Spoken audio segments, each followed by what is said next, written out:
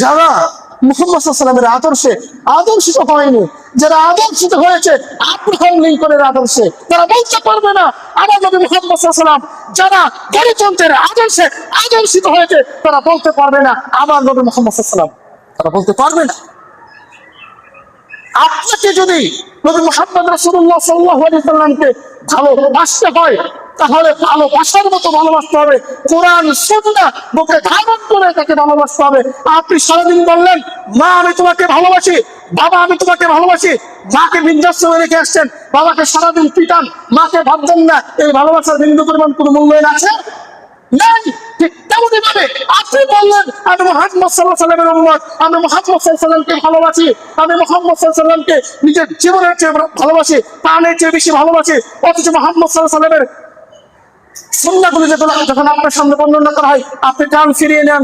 আপনাকে যখন বলা হয় হালাল হারাম মেনে চলেন, আপনাকে যখন বলা হয় চুলুদেরকে স্নেহ করেন, ওনাদেরকে সম্মান করেন, অন্যের সাথে দখল করেন না, চাঁদাবাজি করেন না, হ্যাঁ অন্যের সাথে আত্মসাৎ করেন না, হ্যাঁ দর্শনের মতো কাজের সাথে আপনি জড়িত হন না, তখন বলেন না এগুলো করা যাবে না, তখন দলের পক্ষে চলে যান এবং যারা এগুলো করে তাদের পক্ষে সাফাই গান।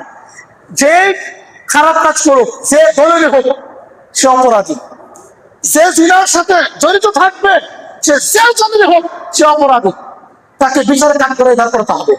হোক সে দলের, আমি কোনো দলের নাম বলছি না, যে দলের হোক, যত বড় ইমাম হোক, যত বড় নাস্তিক হোক, নাচারা হোক, তাকে বিচারে কাজ করে দাঁড় করাতেই হবে। আর আপনি মুহাম্মদ সাল্লাল্লাহু আলাইহি ওয়াসাল্লামকে ভালোবাসেন, মুহাব্বত করেন, দাড়িওয়ালা ব্যক্তি দাঁড়িয়ে রাখছেন, এই ক্ষেত্রে আপনি চাকরি থেকে বাদ দিয়ে দিলেন, আপনি মুহাম্মদ সাল্লাল্লাহু আলাইহি ওয়াসাল্লাম।